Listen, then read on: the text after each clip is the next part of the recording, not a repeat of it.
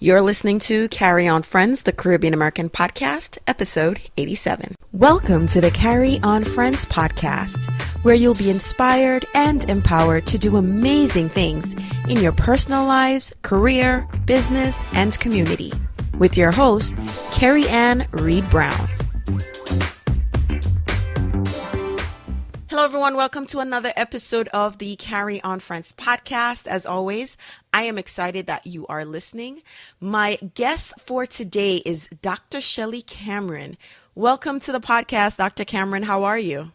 I am good. Thank you. How are you? I'm doing well. Thank you. So why don't you tell the audience a little bit about who you are, island you represent, and a little bit of your professional background. Okay, my name is Dr. Shelly Cameron, and I'm an author, I'm a speaker, an organizational development consultant, and I'm a coach. Oh, nice. And which island are you representing, Dr. Cameron? I represent the island of Jamaica, out of many one people. Jamaica, no problem. Yes. I love it. The reason why I wanted you to be on the, I invited you to be on the podcast is, your experience as an organizational the professional and a career coach, because, in the world that we live in, there's a lot about, skills that people are looking for. They're saying there's a skill shortage, whereas there's one camp that says there's not really a skill shortage. There's a training shortage.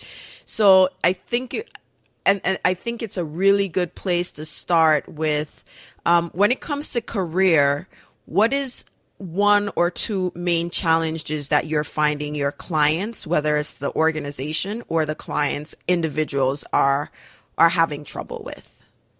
I think it's the number one, I think, is complacency, or I like to call it fear. Mm-hmm. That's the biggest thing I see, where individuals are unhappy with getting up and going to work. That's the absolute number one. Yet they stay in the same position for 1 year, 2 years, and sometimes people are in positions for even 10 years and more, not realizing that they're not growing or anything like that, and they're unhappy and they complain, yet do nothing about it. All right. So I know the Carry On Friends community, they want to do something about it because they've been asking questions about, Awesome. what they can do or what they need to do to find that next opportunity. So I'll start with a personal experience, right? Okay. A lot of times there are challenges at work, and sometimes, your coworkers get you upset. Is that when you want to look for a job? Like, when do you recognize that you are no longer unhappy in a job? I mean, we all think we know it.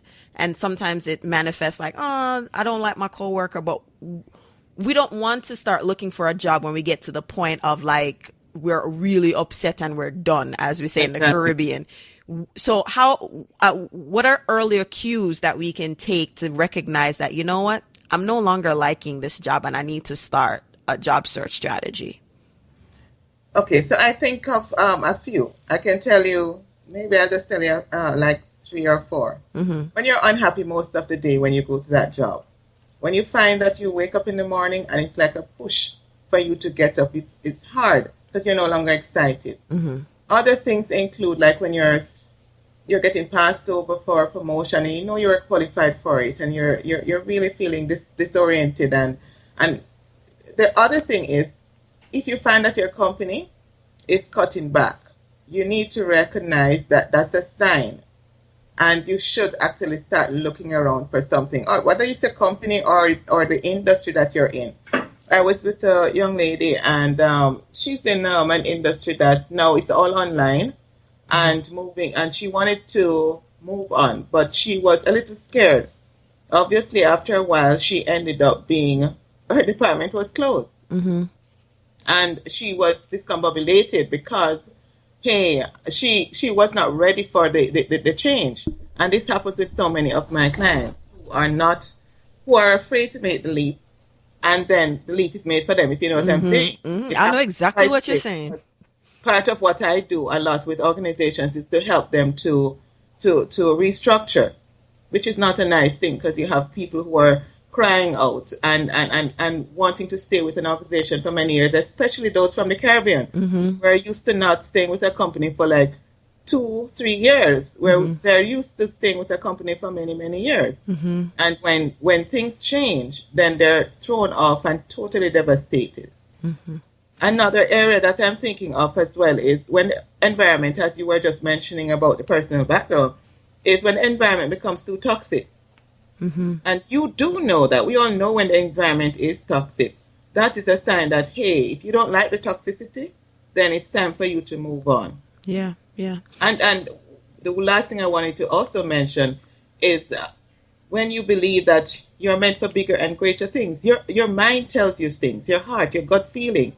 There are bigger things that you want to accomplish, especially those of us who want to be entrepreneurs. So I talk to new entrepreneurs or individuals who are in organizations and feel that, hey, this is not for me. There are bigger things that I want to accomplish. All right. So that's the time when you should really start looking out to see, hey, what is happening out there? Where will I fit in? Those are good tips, because believe me, no one wants to be, everybody wants to be in the driver's seat. So if I've personally experienced, and I shared it in a previous episode, that I knew it was time for me to leave an organization, and they pulled the trigger before I did. And you always want to, as much as you can, you want to be in the driver's seat. But the good thing was I started looking, already. It was just that, I was in my soft search phase too long before I really pushed on the gas to go hard search. But, so from my personal experience, and then I'll go into the question, I found myself in these scenarios, and I don't know if anyone else listening has been in these scenarios, where I just get a new job, and it's almost always I just get a new job. And I mean just get a new job, maybe a month or two, sometimes 3 months, or less than a year. Let's go less than a year in a role. 6 months in a row, and a recruiter calls up about a position. Hey, I have a good position for you, and blah, blah, blah. And you know what I've done in the past? I just started working in this opportunity, and I want to give it a chance. So my question for you is, when those calls come in, should I turn down those opportunities? What should I do in those situations when, a recruiter reaches out and you just get a job, and it would look bad because on your resume, you only work at the job 2 months and you pick up and gone or something like that. So, right. What would you advise in a situation like that? And I think it's a totally great question, which I'm asked many, many, many times. In my capacity, I find that people feel that they can talk with me, even in organizations that I'm helping. And the employees or the managers and directors, whoever they are, feel they can talk with me. So sometimes when those calls do come in, you have to advise.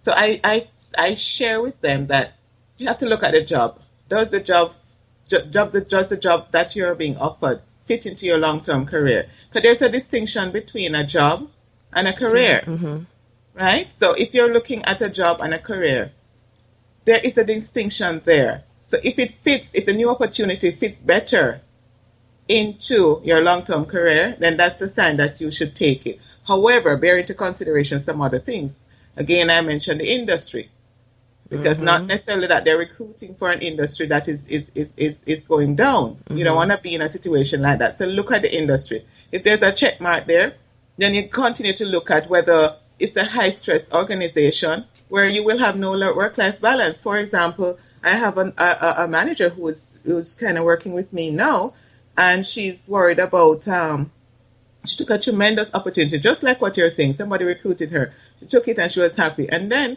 she didn't realize that she has to commute now an hour and a half with high traffic and all. Oh, boy. Every day, to and from. So that's 3 hours on the road. That's not worth it at all. If it's a long commute, so of course the salary is great. Everything else is great. But the long commute and what you want to do with your afternoons to get to that, she wants to be an entrepreneur. So to get to building her business, she's not able to find the time. All she's doing is sitting in traffic for an hour and a half to and an hour and a half from. So that's that. You have to evaluate things like that. Another thing I'd suggest also to look at your benefits and the perks. What are they offering? do they have like medical 401k plans, pension plans, personal time off? Look at all of those things, tuition reimbursements and such things like that.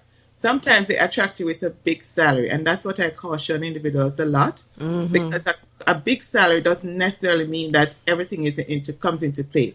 Some offer a big salary and then they don't have other plans like the 401k and stuff like that that would help you. So you have to come out of pocket for, you need to look at their medical, because if you have to come out of pocket, then it depends on where you are. Some people are thinking, hey, if I'm in building my family, then that's going to be important to you. Absolutely. As some persons would know, because it depends on the stage of life that we're at. If we're a more mature audience, then we're looking at the retirement plans and where we fit in and things like that. So this all depends. These are some of the things that we take into consideration. And I find too many people are looking at salary only when salary is not it. Dr. Shelly, I'm sorry, Dr. Cameron, you and I talk off air, so Dr. I have Shelly, that. Dr. Cameron is fine, whichever one. Listen, I tell people all the time, and somebody looks at me and I said, if a company is offering me more job or more vacation time, I'm going to take the vacation time. I'm telling you, and they're like, what? Listen, I've worked in the legal industry where I used to clock in 24-hour days. All right. Exactly. So I know that my vacation time or my time off is much better than the extra money, because how many people at the end of the year have to just spend time to take their time off because now they have more title, more money, and so they have to put in these hours to justify this more money that you get. No. But as you said, at the same time, I'm at a stage in my life. I'm a wife. I have 3 kids, and I know spending more time is more important to me right now. So I can make that distinction with, more money versus more vacation time. And to your point, you could get more money, but do they have, these plans where, where they could have the transit, Right. all these out of pocket, helping you save, for out of pocket medical expenses. You look at all the benefits. It's not just the money. And so, yes, I love it. When you say it, I wanted to share also that it is very important that individuals look at where you are in life. Where are you? Are you at the early stage where you're a graduate? So I have some graduate. My daughter is she's graduating shortly, and of course all her cohorts they're all together now, and they're looking at what's the next step for me. These are the younger ones who are just starting out. Then you have another set who are maybe getting married and looking at having kids and so on and so forth.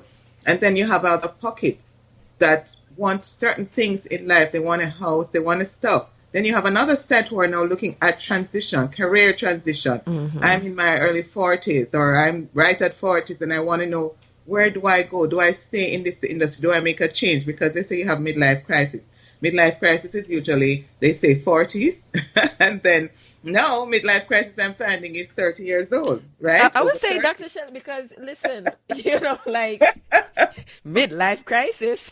Like, it's happening now, but you're right. You see, one of the things, and I love that you keep saying this, because I just did a podcast episode and I was on a panel because I used to be in the legal industry, and when I tell you I wanted to get out of that legal industry the way that mosquito love foreigner when they come.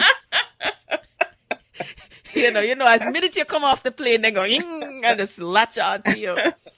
And I wanted to get out of that industry because I recognize certain trends, and it's so important. And I'm so glad you said it. It's so important to look at what's happening in your industry. Does it have viability for another 2 years or so? And because if it doesn't, then they could be red in your eye with $1 million. Don't go in there, because sometimes they're struggling and they're just trying to find good people or talented people to recruit so that they can try to see how much they can survive. But it's going down, and no matter how you survive, if they don't change according to the times. So if you are I write books, as you know, so part of my thing is writing books. And if the regular bookstore have printed books only, and not considering the iBooks, the audiobooks, all kind of books, different markets, then you're going to go down. Just let us use the newspaper industry for one as example. It's not that they're all out, but you have to change with the time and now have the online to complement those who may still want to read it, the small population of persons who may want to read. But before I get any further, I wanted to share with you a SHRM, Society for Human Resource Management survey that was recently conducted just this month, was published. And it says that 35% of people find themselves they're giving up on their vacation leave this year, 2018. They don't plan to take it. Why?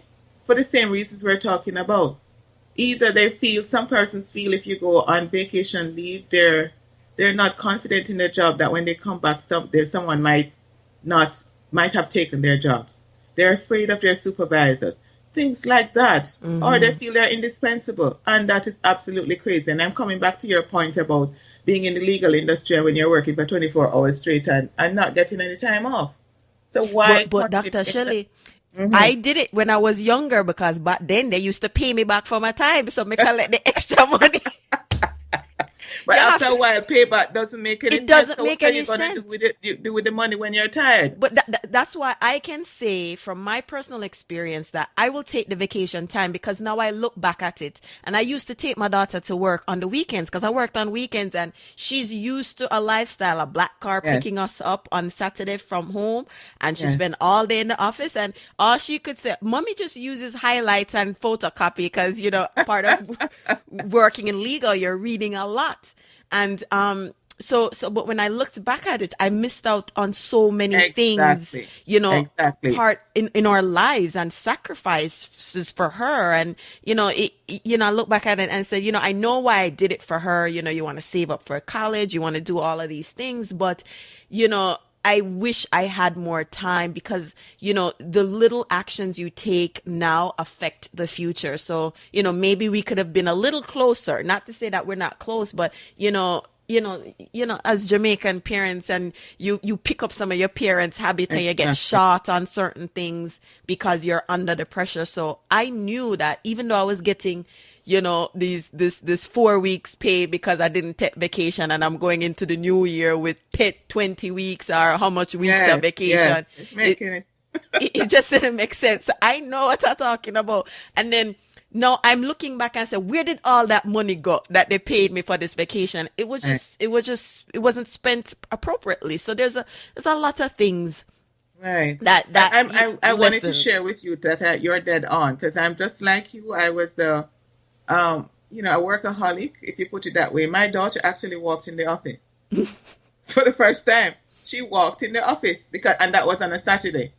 Wow. So I just like you and like many others, have been really caught up with work, and we need to really find that work-life balance. So when you find, after a while, it doesn't last, okay? So after a while, or we get burnt out. I don't know if you heard the news of a judge this week who got crazy in the courtroom, and was angry at the not only the people who she was talking with, but also even the lawyers. She really was angry, and then of course, what did they do? They were about to fire her, so she had to resign herself, which is also a point that I wanted to get in. It's also a point when you should know when to resign. When you know that something has happened, don't let them fire you. You throw in the towel yourself, because when you move on and you're fired, you have to explain that for the rest of your life. Know when to resign and know when to move on. There's one thing you said before, and I want to go back and ask you, what is the distinction between a job and a career? Okay, so a job is, and I maybe could use my little grandson as an example. My daughter has a little son, and he is talented at drawing. Talented. When you talk about artists, he is, because she studied art as well. So she has that gift, and he also has it. Then he also likes dentistry. He's a little boy, obviously. He's like, not obviously, but I'm telling you, he's 5 years old, and he likes dentists. So here is mother and his dad coming in and saying, hey, no, you don't do artists, because as an artist, you're not going to make any money. Follow that track of being a dentist. So what is a job?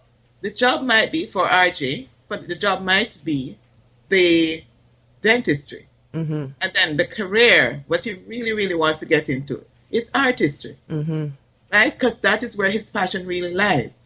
And I want to share with them that my grandson can make a living now out of artists, being an artist, because it has evolved from the early days when, before artists only made money when they died.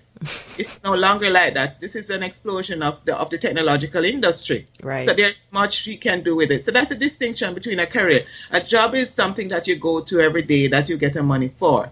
A career is long term. Yes. It fits to where you want to go for a while, for 10 years, 5 years, 10 years, 20 years, until you decide that you want to change. But nothing really lasts forever because we evolve. As we evolve, our interests change. That is so true. The career is more long term, whereas the job is short term.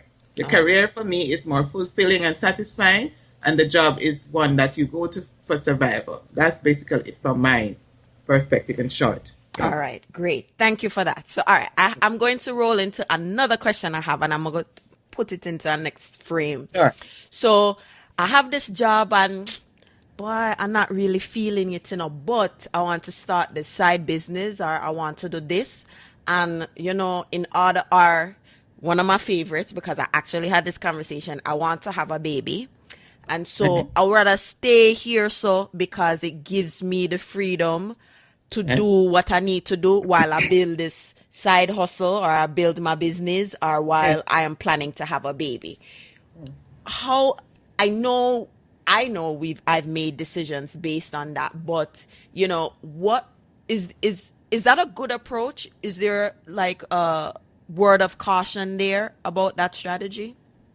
Repeat the first part again.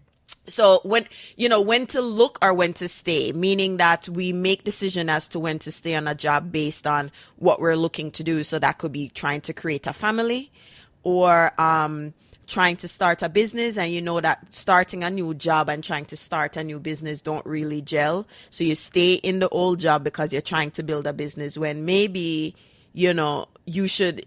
Let me back up. So let's say you're not quite happy at the job, but you're staying there because you want to build your business, or you want to have a family. So you stay because you want to the luxury, or the the time that you've put into their job accommodates you because you have vacation time, or you might be able to work from home while you build a business. So do you have any advice around taking that approach? Is that clear? That's a very good approach. If it is, it depends on what your overall goal and objective is. So that's why I always say to people, start there. What is your goal? And I look at what is sometimes when I'm doing interviews, I ask them for their 5-year goals. Some people think 5 years, oh my God, I haven't even thought that far. 3 years, I bring it down. And then you break it down into like the 1 year. How do I get to where I want to go? And if it is that you might be unhappy in a job, which many people are, but because of where they want to go, so you're trying to build your business. And I will always tell people, don't jump out of the frying pan into the fire. Sometimes you can do it if you have some money on the side, or you have someone who is going to help you with the financial resources. Because there are some things that you can do.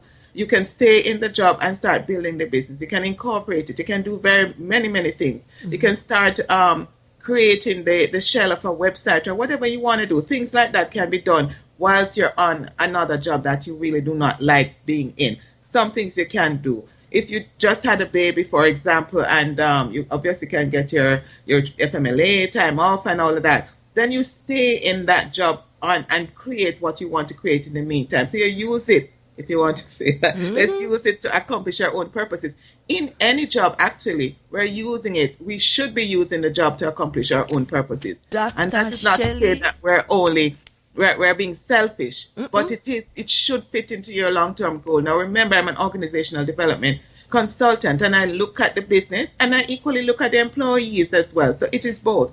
If an employee's goals is not aligned with the company's goals, then it's not going to work. So where is my goal? Okay, I want to work with this company, and they're going to pay me a salary to accomplish my goal. The company is hiring you because you can provide that skills and those resources to them that they can use to go to their 3 or 5 year goals. So it is an equal thing. But what I find is that a lot of individuals are tending to be one-sided. They're looking at the organization and not necessarily looking at themselves. I hope that answers somewhat your question. Yes, yes, doctor. I just love this conversation so much because, the doctor is in, I don't like to stereotype, but as Caribbean people, sometimes we defer to the expert. And in this case, you have big doctor in front of your name. So you're the expert and you are saying exactly what it is. It's like you go to work and you provide a service for the job and they give you money.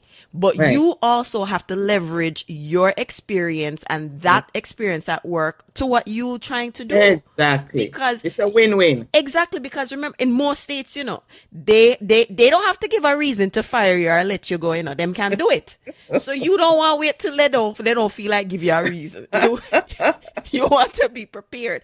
And, we live now, like you said, in a time where, people aren't on jobs for 20 odd years anymore. I was literally talking to my coworker last night. She came to visit me because I have the baby. And she was like, on average, she probably stay at a job 5 years. I said, boy, I look at it, it's about 3.5 years. And then I make moves. There's some times when I didn't have any choice because, again, I made a decision because the industry I was in. I've had between 2008, 2009 and 2014, I've been laid off several times. And I said, no, this not work. Right. So but I started to make moves in the meantime because I was like, I do not want to be held hostage by a volatile industry. And I need to have skills that are applicable outside of an industry and that the outside industry can see it, because being in the legal industry for 16 years, I've had people like, you have a lot of really good experience, but they didn't know how to position me. And I said, all right, me do the work for you. Because since, as a recruiter, it was hard, I'll do the work. And so here and start the blog and the podcast, etc. So I agree wholeheartedly. Don't look at it like you're using your job. Look at it like you are providing a service to them. They pay you for the service. So you also have to, leverage that experience to your side thing, how much. And I wanted to share with you, as you said, that you were being, for want of a better term, let go, because what I would say is you are being reactive. It's not that you didn't realize, but you were being reactive. And because we are reactive, sometimes we end up in the wrong on the wrong side of the equation. I think we should look more long term and be proactive. But sometimes when we're so caught up with the day-to-day craziness at work, and I say craziness because if you're working 24 hours, there's no time for you to rest and start thinking strategically about yourself. You're just reacting. You know that something is happening, but because you have so much of a deadline on your mind, you tend not to think about you at all. One would wonder, when did you find time to have the baby? Get what I'm saying? Well, the baby happened long outside the industry, so thank God. And I scaled back a lot. But to your point, in 2009 it was reactive, and in 2014 I got more strategic. So I moved from the law firm to a service provider side, and that was a long-term strategy because that was the first tiptoe out of the industry. And even moving to the service provider side didn't insulate me from layoffs, because what the industry is facing, a lot of consolidation. So when you consolidate, some old employees from whichever they're going to be let go. So what happened was, I went to the service provider side. They were having layoffs. I got laid off, but they rehired me in the marketing department. It was less money, but I took it, Dr. Shelly, because for the first time, I'm going to have a title that was non-legal specific. I could use that title outside the industry. I take it. And then last year again, lose a job. But guess what? This year, I took that opportunity to get another job outside the industry finally. But so stop there. So hear what I'm saying to you. You hear your path? So your path was all about you. Did you realize that they let you go in one department, but they hired you in another department? For you quickly grabbed that because it was a non-legal title. So you knew exactly where you wanted to go. So you're not like it was all pro-employer. It was also for yourself. So it went hand in hand. And that's what I do as a coach, work with individuals to kind of, sometimes you need to talk it out with someone. It's not that a coach has all the answers. You have the answers, but we tend to listen and kind of steer you in the direction that you could possibly go. So that is where that comes into play. And I love it when you share that, because it shows a practical path that you took. I would maybe wanted to share mine as well. I was in a job that was very, very successful, I would call it. So I always say to myself that I left success to accomplish my dream. And my dream was, I was in healthcare industry for a long time, a major pharmaceutical industry, international company, traveling all over the place and stuff, what people look at as that they would love. And that's the job that I was in. But after a while, I realized my family was suffering. I wasn't there for them. My little kid, as I said to you, walked in the office. I had another one that, 14 years apart. And it went on like that for me. And I ended up, after a while, stopping and taking a look. I was making everybody else happy because I manage human resources for a number of countries in the Caribbean. And I was unhappy after a while because I'd been there, done that, captured the Employee of Choice Award, did everything. And then I looked back at myself and I was wondering, where was I going? So that's when I basically took a while, evaluated the different areas I could look at, and then I moved on. And everybody thought it was, oh my God, how can you move on? Because they saw me as kind of backbone to the company as well. I never leave. I'm always there. Holidays, hurricane, it was always there. And then I realized, and I had to take that step back. So all of us go through it throughout our lives. All of us go through it throughout our lives. And now I'm more satisfied in what I'm doing. Not making a lot of money, because I'm not a money person. I don't go after money. But when I can help someone make their life a lot better, that is what is satisfying for me. Yes. Thank you so much. Thank you for sharing that. We have a lot in common. Once we stop Erie, we have to talk about the 14-year apart, because I have that situation going on too. Because I have that happen. I have the two younger ones are closer in age, but the first one and the second one, that's really what's happening, a 14, 15-year difference. See what I mean? But that was more of, work, and then somewhere in between you kind of get settled and you have your life, and then you start building, and the next one come, and by the time you get to the second one, you realize the mistakes you've made with the first one, and I'm not the parent I was with the first, and it's parenting the second make you realize how much you sacrificed being a workaholic and trying to make 6 figures, whatever figures, and you look at the relationship with your children, which are more enduring than a job or a career, and say, wow, I really should have done better, and I can't make the same mistakes. And so that's kind of where the more of, give me the vacation time. Even if I stay home, I'm not going to work. I need the time just to be away. So I thank you so much for being on the show. This was such a delightful conversation. I enjoy it. My pleasure. Oh, awesome. So we covered recognizing the right opportunities, when to look and when to stay, how to evaluate our opportunities. Is it just money? Are you getting insurance? Is 401k? And when to seek opportunities. Is there changes in the industry that you need to be aware of? So you want to be aware of what's happening not only in your office, but in the industry of your company. And so with that, I want to thank Dr. Shelly Cameron for being on the show, for being so delightful and entertaining, and to match my, wittiness and my craziness. And thank you again. And like I always say at the end of the show, walk good.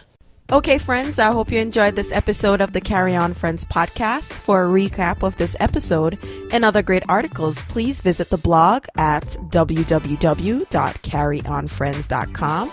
That's CarryonFriends.com.